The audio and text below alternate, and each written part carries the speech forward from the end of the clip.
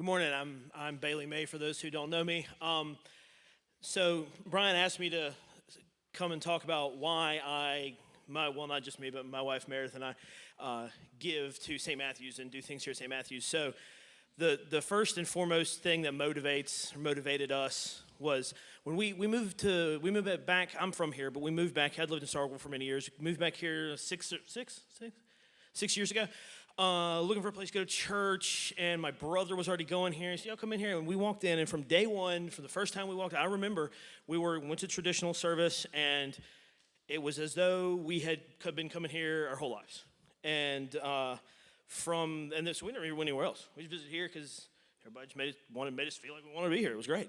And in those ensuing years, we've kind of continued to feel that. We've been shown an enormous amount of love and grace since we have been here, and we have seen the people that are here treat the others who come here with the same kind of love and grace that they treated us with. And it doesn't matter what folks look like, where folks came from. If you come here, we treat people well. We treat people in the way that Christ would have us to treat them. We certainly try. And so the more time you spend around, the more likely you are to get asked to do something. And especially when you're somebody like me who I make a lot of noise. And so when you make a lot of noise, you draw a lot of attention. When you draw a lot of attention, people ask you to do stuff.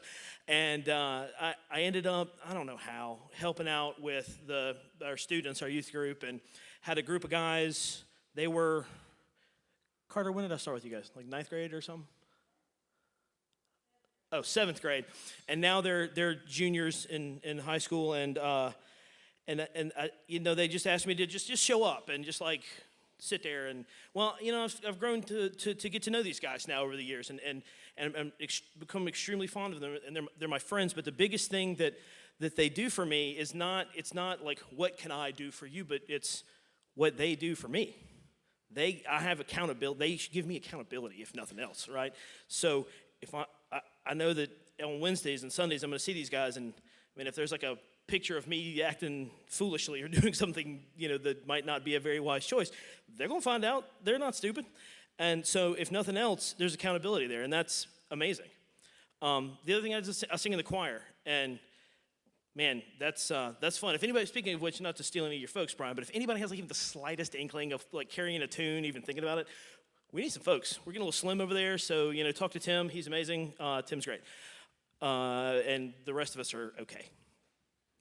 But at the end of the day, right, we're called to serve. We're called, those of us who love and serve God are called to serve and love one another. And we are called to first and foremost love our God, and second only unto that is to love our neighbor. And so in serving, that's how I am able to love my neighbor. But in doing so, I feel like I am blessed much more than I am doing any blessing because of it. So I would encourage everybody, it may seem like a lot, it may seem like work, but as soon as you start, and as soon as you're there and you're doing it, it goes by, and it feels like you go home and you go, man, I've never felt more spiritually satiated than I have here at St. Matthew's. And so if anybody has any questions about like what you can do, all these things back there behind you in the room behind us, a great way to start.